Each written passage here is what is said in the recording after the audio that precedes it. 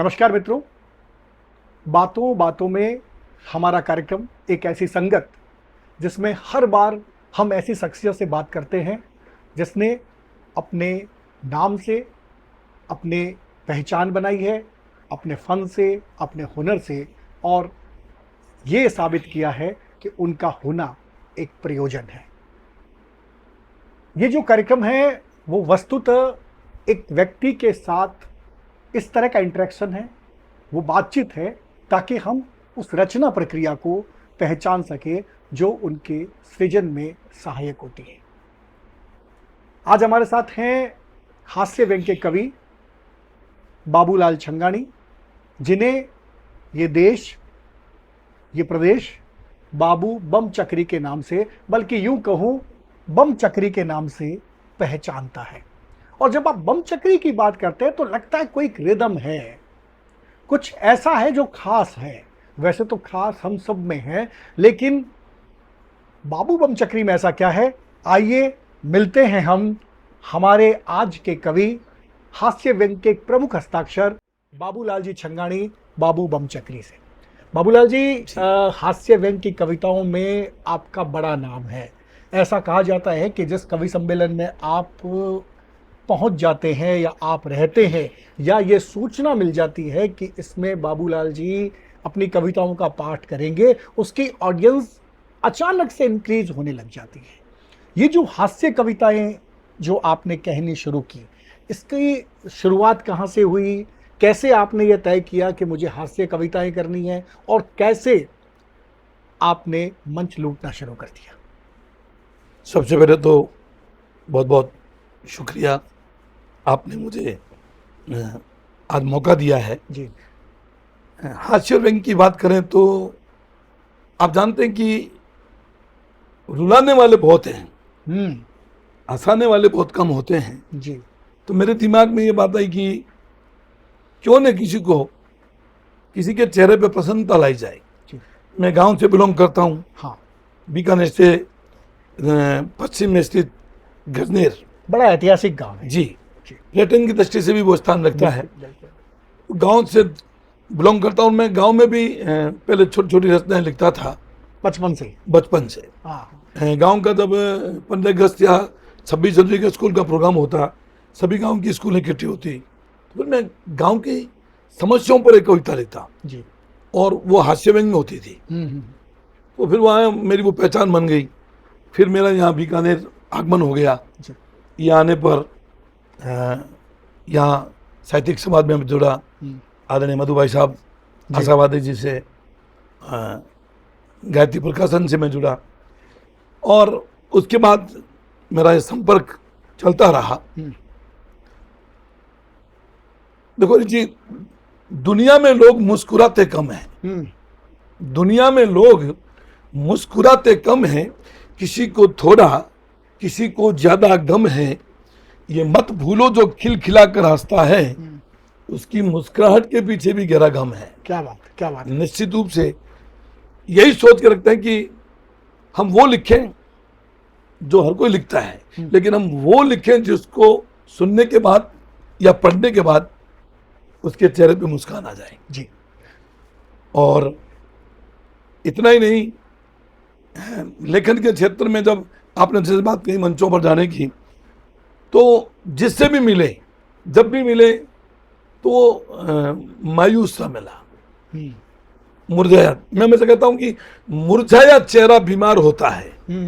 मुरझाया चेहरा बीमार होता है, हंसता चेहरा ईश्वर का दीदार होता है। जी जी जी। तो इसी के मध्यस्थ हमने लिखने का प्रयास किया, और लोगों ने आपको एप्रिसिएट किया। इसके दो कारण हो सकते हैं। एक तो ये था कि आप जब बतौर हास्य कवि मंचों पर आ रहे थे, तो बीकानेर में हास्य कवि नदारत थे, बहुत कम थे, या कि उस लेवल की हास्य कविता नहीं कर पा रहे थे जो लोगों को हंसा सके। तो ये जो विट होता है हास्य कविता का, बीकानेर में एक परंपरा रही। बहुत सारे अच्छे अच्छे कवि, जैसे धनंजय वर्मा जी जैसे कवि हुए, वो हास्य भी देते थे, व्यंग्य भी देते थे, और उसके साथ साथ उनकी कविताओं में एक संदेश भी होता था। तो कविता का जो पहला प्रयोजन है वो तो यही है कि आप किस तरह से मानवता के प्रति, अपनी इंसानियत के प्रति अपना जो फ़र्ज़ है वो निभा रहे हैं। और आपने फ़र्ज़ निभाने के लिए ये तरीका अपनाया कि नंबर 1 कि आप मंच से कविता करेंगे, नंबर 2 उन कविताओं का जो ट्रैक होगा वो हास्य होगा। जी। आपने एक बात बताई, आपकी बातचीत के अंदर आया कि हास्य कविताओं को आपने किया और समस्याएं बहुत हैं लोगों के सामने, समस्याएं इतनी ज़्यादा है कि लोग परेशान हो रहे हैं। लेकिन हास्य व्यंग के जो कवि होते हैं, जो हास्य कविताएं करते हैं, उनके वो मुझे लगता है कि समस्याओं से उनको लेना देना ही नहीं होता। उनके सामने एक ही समस्या होती है और वो होती है पत्नी। उनके टारगेट पर हमेशा पत्नी होती है। जो ये इतना सॉफ्ट टारगेट जो रखते हैं, लगभग हास्य कवि आप अगर सुरेंद्र शर्मा से भी अपन शुरू करते हैं, जी, जी, उनकी कविताओं से लेकर के अगर बाबूलाल छंगानी तक की कविताओं में आते हैं, जी। तो कहीं ना कहीं घूम फिर करके एक बार पत्नी जरूर आएगी। क्या वास्तव में पत्नी एक राष्ट्रीय समस्या है या कि आपने इसको बहुत सॉफ्ट टारगेट समझ करके अपनी बात को कहना करके? पत्नी समस्या नहीं है जी पत्नी जीवन का समाधान है। जी कहा उन्हीं को जाता है, कहो उसी से जो कहे ना किसी से। जब भी कोई रचना लिखते हैं तो मैं मेरी बात करूं जी तो मेरी पहली श्रोता मेरी पत्नी होती है। मैंने एक बार लिखा था कि जिस पति की पत्नी खराटे लगाती है, भला उस पति को नींद कहाँ से आती है। ठीक है। जिस पति की पत्नी खराटे लगाती है, भला उस पति को नींद कहाँ से आती है। खराटों की गति तेज, पति का हाल बेहाल होता। पत्नी सोती पलंग पर, पति बेचारा फर्श पे सोता। शांत वातावरण में ऐसा लगता जैसे भूखा शेर दहाड़े। शांत वातावरण में ऐसा लगता जैसे भूखा शेर दहाड़े, या छुट्टी से पहले पाठशाला में बच्चे बोलते पहाड़े। क्या बात है, बच्चे बोलते पहाड़े। बहुत बढ़िया, बहुत निश्चित। एक बार तंग आकर मैं डॉक्टर के पास गया, डॉक्टर साहब नींद खराब हो रही है, कुछ करो दया। डॉक्टर ने कहा कि ये दवा तुम्हें है घटकनी, ये दवा तुम्हें है घटकनी, समय पर ले लेना नहीं तो नींद अधर धूल में लटकनी। जी जी जी जी। गधा गाड़ी का रास्ता भला ट्रबा बदल सकता है। गधा गाड़ी का रास्ता भला ट्रबा बदल सकता है।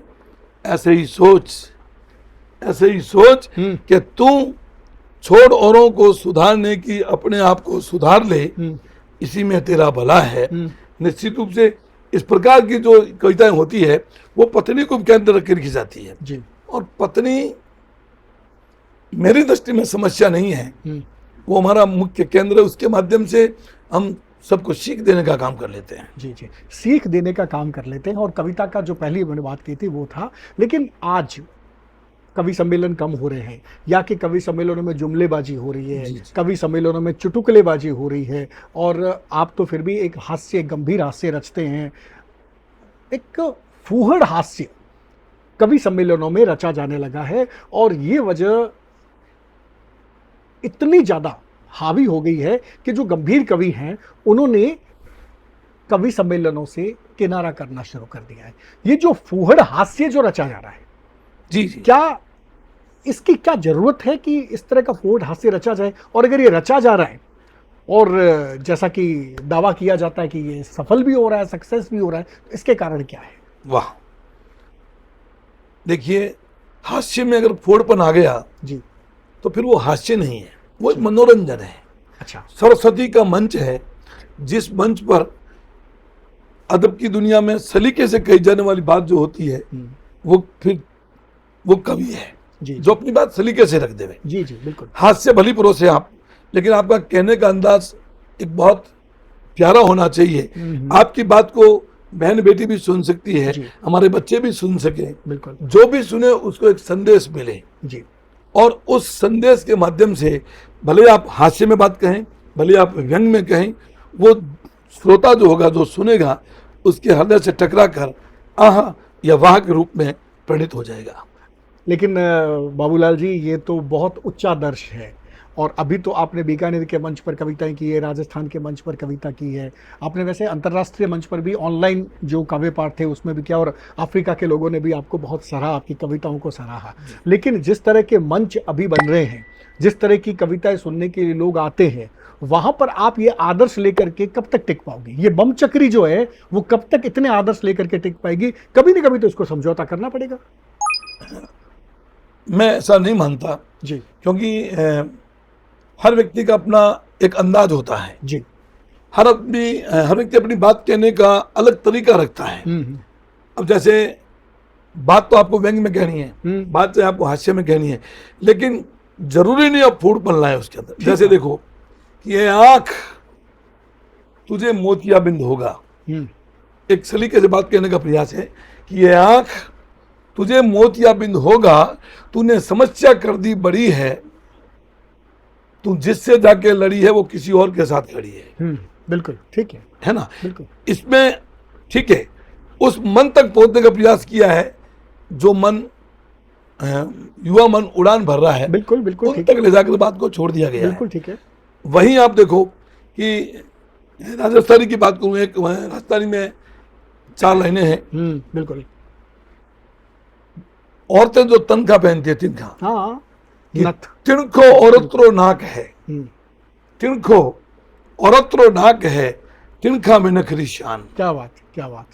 तिणखो औरत्रो नाक है, तिणखा मिनकरी शान, गर दोनों तिनखा ने नहीं माने तो जीवन तिनका तिनका समान। क्या बात, क्या बात है। एक तिनका शब्द का आपने 3 अर्थों में प्रयोग किया है। राजस्थानी की कविता है तो राजस्थानी में तिनखा और तिनखा दोनों ही चीजें उसमें होती है, और वो आपने बहुत तो ये कहने का एक तरीका है अपना। जी जी। और हर बात अपने अंदाज से कही जाती है। आपका कहने का मतलब है कि अगर आपको तरीका आता है, सबसे बड़ी बात तो है कि आपको कहने का तरीका आना चाहिए। और आज की कविता में भी ये कहा जाता है कि कविता के माध्यम से जो कुछ कहना था वो कह दिया गया है।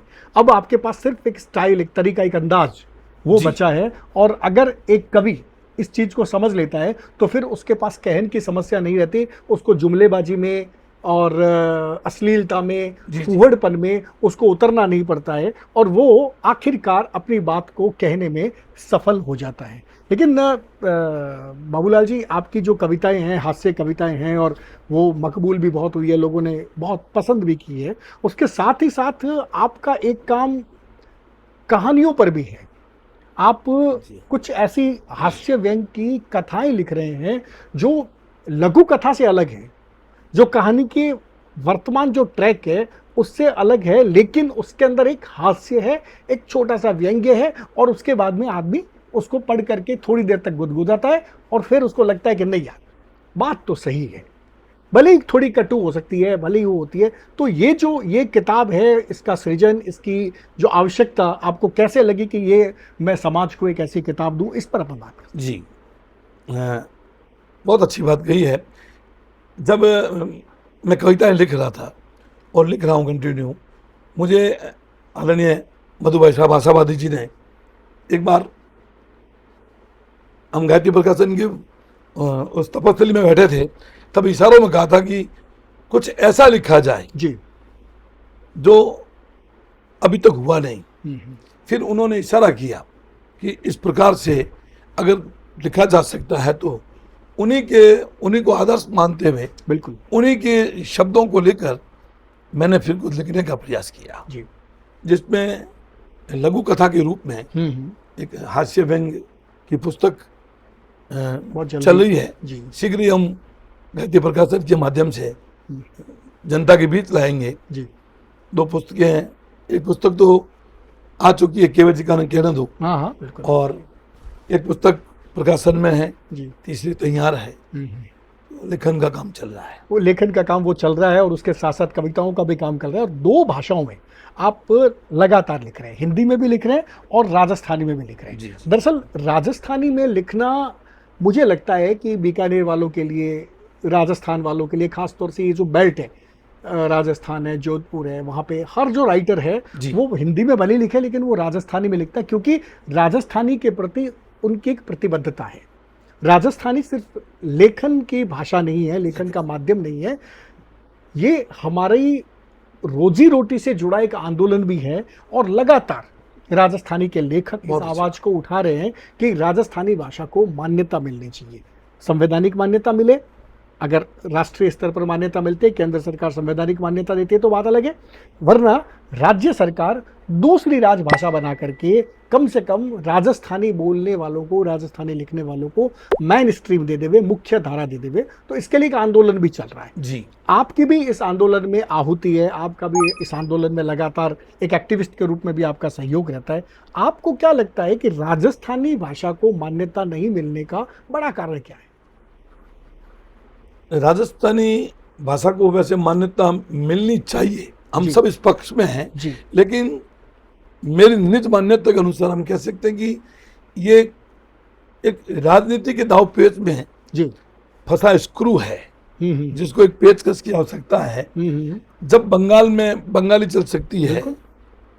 तो फिर राजस्थान में राजस्थानी क्यों नहीं चल यहाँ से अपन 5 घंटा दूर जाते हैं पंजाब, जी। वहां पे आपको पंजाबी चलती है, वहां जी। पे आपको अगर आप पंजाबी नहीं जानते हैं तो आपको समझ में नहीं आएगा कि आप कहाँ खड़े हैं। निश्चित से। और उसी राजस्थान में आते ही आपको लगता है कि पूरा जैसे सब कुछ यहाँ पे आपको समझ में आ रहा है। एकदम सही बात बात है। समझ में आने और नहीं समझ में आने की नहीं है, बात है कि भाषा को लेकर के जो जागरूकता होती है वो आम जन में कम नजर आती है। ये लेखकों का आंदोलन हो गया है। अभी अपन पॉलिटिकली बात करें, अपन ये कह सकते हैं कि राजनेता वही बात करते हैं जो जनता चाहती है। जी। हमारे यहाँ पे जो जनसभाएं होती है उसके अंदर लोगों को राम राम सा और किया हो सा, ये छोटे मोटे जुमले उनके लिए पर्याप्त होते हैं। जी। जबकि हम तमिल में देखते हैं या दक्षिण के दूसरे प्रांतों में देखते हैं तो वहां पे उनको वहीं की प्रादेशिक भाषा बोलनी पड़ती है। अगर नहीं बोलते हैं तो उनको वोट नहीं मिलता। तो ये जो चीज है उसमें एक लेखक की भूमिका, खास तौर से एक ऐसे कवि की भूमिका जो जनप्रिय है, लोकप्रिय है, जो जिनकी बात को जनता सुनती है, उस रूप में अगर मैं बाबूलाल छंगानी से बात करूं कि वो अपनी भूमिका क्या समझते हैं इस पूरे आंदोलन में, तो वो क्या होगी? बहुत अच्छी बात है।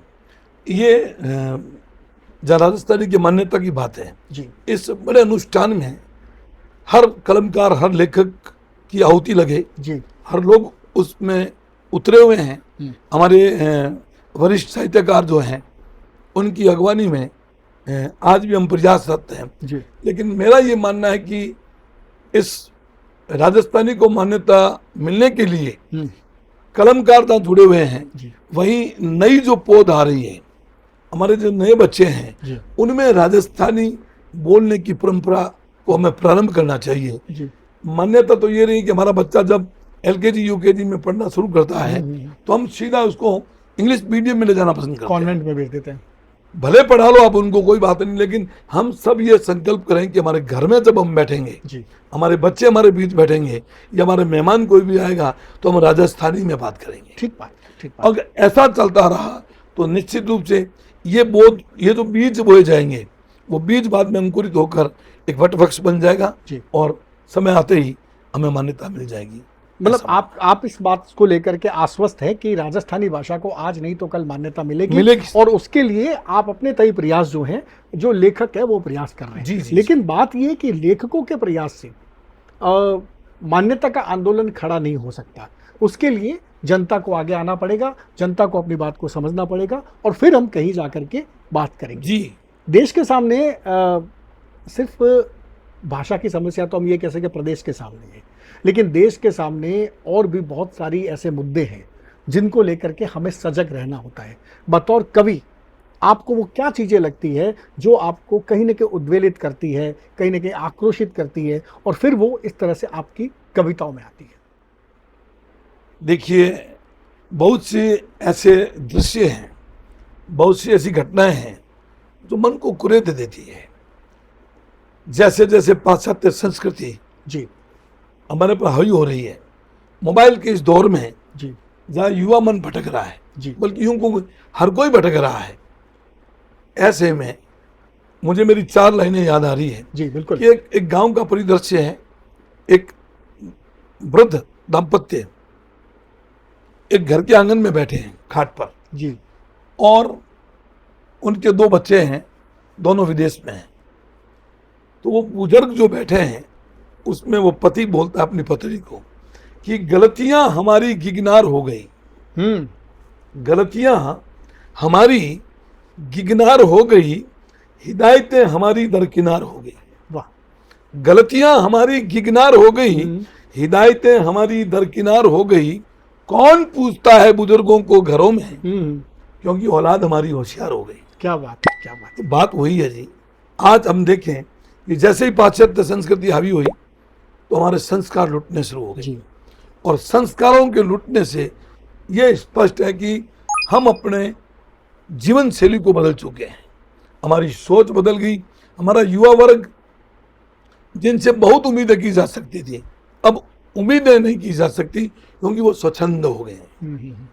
ऐसे में एक साहित्यिक दृष्टिकोण से देखें तो कलम के माध्यम से, बड़े मंचों के माध्यम से, कविताओं के माध्यम से, लेख आलेखों के माध्यम से उन सब का ध्यान पुनः आकर्षित किया जाए जी। और उनमें परिवर्तन हो, ऐसा प्रयास किया। मतलब आपको कहीं ना कहीं इस बात का दर्द होता है कि जो हमारे बुजुर्ग हैं, हमारे बुजुर्ग माता पिता हैं, उनको डे केयर सेंटर में छोड़ दिया जाता है।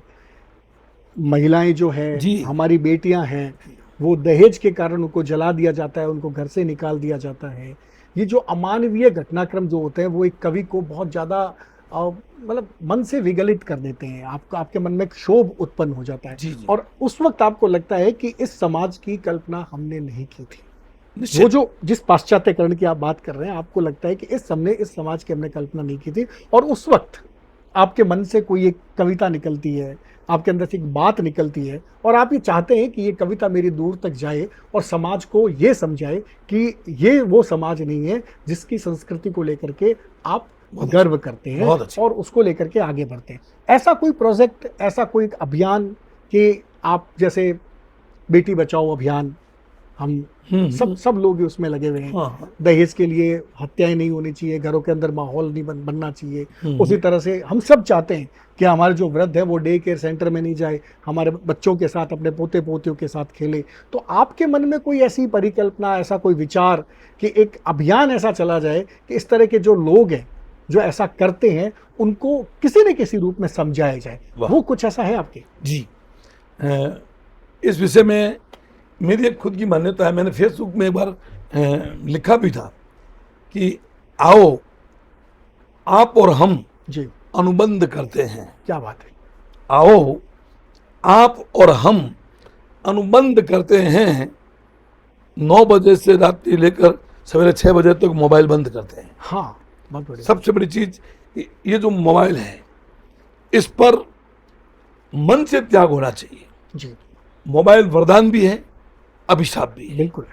हम जिन खोजा तिन पाइयां गहरे पानी पेट, हम इसमें जो देखना चाहेगा वो मिलेगा। बिल्कुल मिलेगा। तो मेरा बार बार ध्यान यही जाता है कि क्यों न युवा मन इस मोबाइल को अपने से दूर रखें।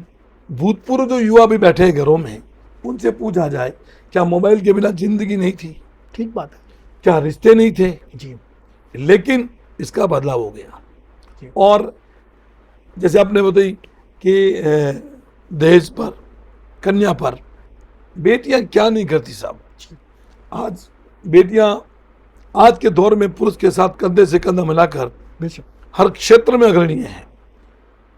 तो उस पर भी मुझे 4 लाइनें याद आती है कि मुझे फक्र है कि मैं बेटियों का पिता हूं। मुझे फक्र है कि मैं बेटियों का पिता हूं, और कोई कैसे जिए मैं शान से जीता हूं। ऑफिस से थका हारा जब घर आता हूं, बेटी के हाथ का एक गिलास पानी रिफ्रेश हो जाता हूं। क्या बात, क्या बात है। ऑफिस से जब शाम को थका हारा घर आता हूं, बेटियों से मिले पानी के गिलास से रिफ्रेश हो जाता हूं। अब हम आपके ऑफिस की ओर चलते हैं, क्योंकि आपका जो काम है वो सीधे जनता से जुड़ा हुआ काम है। अब तो आपका प्रमोशन हो गया है और आप प्रमोट होकर के नई सीट पे आ गए हैं, लेकिन इससे पहले आप एक पोस्टमैन थे, और पोस्टमैन हमारी पूरी की पूरे इस परिदृश्य में एक आशा का संचार करने वाला है। पोस्टमैन जब मोहल्ले में आता है तो लोगों को डर भी लगता है, और पोस्टमैन जब घर पे आता है तो लोगों को ये चिंता भी होती है कि ये चिट्ठी मैं पढ़वाऊंगा किससे या पढ़वाऊंगी किससे। और इस पे बहुत सारी कहानियां बनी हैं, बहुत सारे किस्से बने हैं कि पोस्टमैन के आने का इंतजार, पोस्टमैन की बात, और पोस्टमैन का चिट्ठी पढ़ के सुनाना। ये भी अपने आप में, तो आपके पास संवेदनाओं का इतना जबरदस्त एक वातावरण मिलता है आपको जब आप कहीं जाते हैं। इंतजार होता है कि वो जो अनुभूति है वो आपकी ही होती है। कोई ऐसी अनुभूति कि आप किसी की खुशी का कारण बने, आप जो लिफाफा समय पे पहुंचा दिया तो किसी को नौकरी मिल गई, हाँ, किसी को खुशी हो गई, तो ये हुआ। तो ऐसा कोई अनुभव आपके जीवन में है कि आपको अपना कर्म करते हुए एक सुकून मिला, एक खुशी हुई, ऐसी कोई बात बताएं। जी।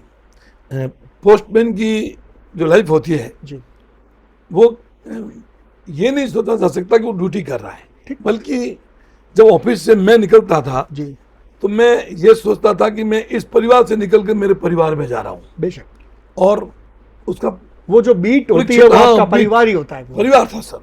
और एक प्लानिंग फिक्स थी कि 2:20 पर इस मोहल्ले में पहुंचेंगे, 2:40 पे वहां मिलेंगे, 3:10 पे वहां, मतलब लोग अनुमान लगाते, जैसे ही 3:15 हो गए पूछते कि पोस्टमैन आए थे कितने बजे हैं? निकल गए।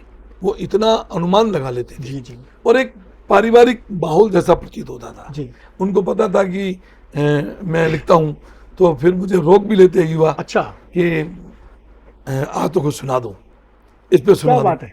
उस पे मतलब सुना दो। आप जहाँ पे चिट्ठियां बांटने जाते थे वहां पे आपको श्रोता मिलते थे। जी जी जी, क्या बात है। और मुझे रोक कर गुजर गए तो बुजुर्ग पूछते हैं आ तो सुना दो, मूड हो मतलब गया। कोई पाटे पे बैठ गए आप और हाँ, वो बस पाटे बैठ गए, मैं उनको सुनाता। अच्छा। जी। और युवा मिल गए तो युवा को युवा के सब सुनाता। मुझे एक दृश्य याद आ रहा है। जी गवर्नमेंट से एक पेंशन अभियान चला था, मनी ऑर्डर पेंशन, ठीक है। विडो। तो घर घर वो आ रहे थे मनी ऑर्डर, तो हमारे पास खूब मनी ऑर्डर थे। एक जगह मैं मनी ऑर्डर देने गया तो मैंने घर को नॉक किया, तो उस घर में से घर की बहू घूंघट में आई। तो मैंने कहा भाई मासा कहाँ है, उनको पैसे देने। तो उसने अपने छोटे बच्चे को बुलाया और कहा मासा को ढूंढ ला। अच्छा, वो बच्चा गया, मैं वेट कर रहा था, 5 मिनट में वो मासा को ले आया। मासा कहाँ थी? मासा कोई पड़ोस में गए हो तो घूमने, अच्छा, ठीक है। तो लाठी के सारे वापस लेके हाँ, आया। होता ही है, होता ही होता है। तो मैंने मासा के वो मनी ऑर्डर पर यथास्थिति अंगूठा लगवाया और वो पेमेंट कर दिया। अब मेरी और मासा की इस प्रक्रिया को वो बच्चा खड़ा देख रहा है। ठीक है। बच्चा टकटकी लगा देख रहा है ये क्या हो रहा है। फिर मैंने जब बच्चे को देखा तो वहां से मैंने एक कविता उठाई। अच्छा, मैंने कहा यहाँ इस चेहरे पे कविता है। तो ये राजस्थानी में थी कि दादी जद भी आवे ढाकी हो, मम्मी अदब में आ जावे। दादी जद भी आवे ढाकी हो, मम्मी अदब में आ जावे। हमेशा तो डोकरडी के पर भी दिन मां सा क्या मतलब है। अच्छा, मतलब आपने एक सटायर भी किया। जी, जी। हमेशा तो डोकरडी के पर बीदन मां सा क्या मतलब है। दादी थारो अंगूठे में के अड़ंगो है। क्या बात है। दादी थारे अंगूठे में के अड़ंगो है। काका काकी ताऊ ताई परिवार पीछे पड़ गो है। दादी थारा एहसान घड़ा, एक एहसान और कर दे। दादी थारा एहसान घड़ा, एक एहसान और कर दे। जा सच्चे जठे ही अंगूठो काट घरे धर दे। क्या बात, क्या बात। उस बच्चे ने आपने वो संवेदना उकेरी और वो चीज समझी। जी। और उसके बाद में ये तो मतलब ये कवि यही देखता है, कवि का जो ऑब्जर्वेशन होता है वो यही होता है कि वो कुछ नई चीज निकाल करके लोगों के सामने रखे और थोड़ा सा गुदगुदाए और एक टीस भी जी कहीं ना कहीं ये फील करवाए कि आप गलत भी कर रहे हैं और इस तरह का। लेकिन सारी चीजें हास्य के माध्यम से, चिंता के माध्यम से नहीं, मैं हल्की फुल्की तरीके से कि घाव करे गंभीर वाला आप कर देते हैं। और यहीं पे एक जो आपका जो निकनेम है, आपने जो उर्फ नाम रखा है बम चक्री, मतलब आप बम भी हैं। हैं? और वो जो जमीन चक्री चलती है वो खूब सारी रोशनी देती है, वो भी है। ये जो इस तरह का एक नाम जो आपने अपने लिए रखा बम चक्री, उसके पीछे की कथा क्या है? अनिल जी, ये नाम मैंने नहीं रखा। अच्छा। ये कोरोना काल में दम फ्री बैठे थे, हाँ, तो मैं फेसबुक लाइव होता था ठीक है। दिन में 4 बार 5 बार। तो एक बार मैं लाइव हो रहा था और वीरेंद्र आभाणी उनकी टीम, ठीक है। वो आपके बहुत अच्छे हाँ। मित्रों में और श्रोता भी आपके अच्छे वो हैं। अच्छे, तो वो मेरे नाम से इसमें वो प्रशस्ति पत्र बना कर लेके आए। ठीक है। मैं लाइव चल रहा था और उस वक्त घरों में किसी को घुसते नहीं देते, वो मेरे बैल बजा रहे हैं और घर वाले उसको गेट नहीं खोल रहे हैं, मैं मेरे रूम में लाइव हो रहा था। फिर उन्होंने हाथ जोड़ के कहा कि वो मैं इस तरह से है। फिर वो ऊपर आए और जैसे मैं लाइव से बस विदाई लेने लगा तब उन्होंने वहाँ एंट्री की और उस वक्त उन्होंने वो प्रशस्ति पत्र थमाते हुए मेरा नाम बम चक्री रख दिया। अच्छा, वो तो मतलब ये नाम आपने अपने मन से नहीं रखा। जी। आपको एक तरह से ये समझे कि समाज ने ये नाम अर्पित किया कि आपका नाम बाबूलाल छंगाणी उर्फ बम चक्री होगा, और उसके बाद में बम चक्री के रूप में आप जनप्रिय हो रहे हैं, लोग आपको मान रहे हैं। आज के दौर में जी, आप चूंकि कविता की बात करते हैं, साहित्य की बात कर रहे हैं, कितने एक लोग हैं जो पढ़ना चाहते हैं, वाह, सुनना चाहते हैं? कितने एक लोग हैं? देखो पढ़ने वालों की संख्या बहुत कम हो गई, ठीक है। इसका तो अफसोस है।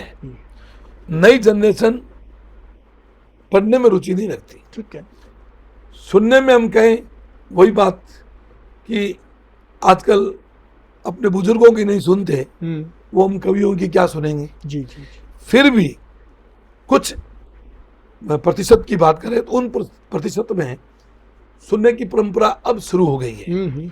और मेरी ये मान्यता है कि आप घर में कहेंगे उसका असर कम हो सकता है, लेकिन मंच से कहेंगे तो उसका असर होगा। और यही हम उम्मीद करते हैं कि साहित्यिक समाज के बड़े मंचों से, जहाँ हमारे वरिष्ठ साहित्यकार बैठकर जब अपनी बात कहते हैं तो वो बात सीधी गले से उतरती है और फिर वो जीवन में परिवर्तन लाती है। जब अपनी बात कहते हैं तो गले से उतरती है, दिमाग में पहुंचती है, एक झंकार होती है, एक गुंजन होता है। लेकिन कहीं यही कारण तो नहीं है कि लोग पढ़ने से या सुनने से भाग रहे हैं क्योंकि उनके पास कहने के लिए वैसा कुछ है ही नहीं? क्या बहुत सारे लेखक, जैसे आपने अभी कहा कि लोग अपने बुजुर्गों की बात नहीं सुनते और ये कहते थे ये तो गोई करते हैं, तो कहीं ऐसा लेखकों के साथ तो नहीं है, ऐसा कवियों के साथ तो नहीं है कि वो समय की नब्ज को पकड़ ही नहीं पा रहे हैं और जो कहना है वो कह रहे हैं?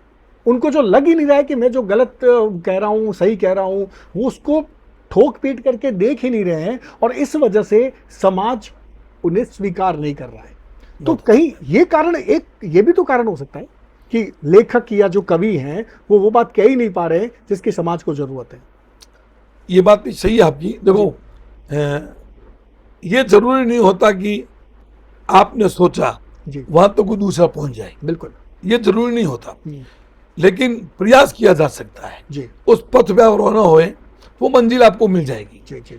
हाँ, हम ये वापस मैं वही कहना चाहूंगा कि मोबाइल में जब छोटे छोटे रील देखता है, 1 मिनट की रील को भी वो पूरा नहीं देखता और आगे बढ़ स्क्रॉल कर देता है उसको। हाँ, इतनी जल्दी आगे बढ़ने की जो उम्मीद रखने वाला युवा है या मोबाइल देखने वाला है, वो 5 मिनट की कविता कैसे सुनेगा? उनको कभी भी हाईटेक चाहिए, उनको अच्छा बात कहने का अंदाज भी उनका वही होना चाहिए।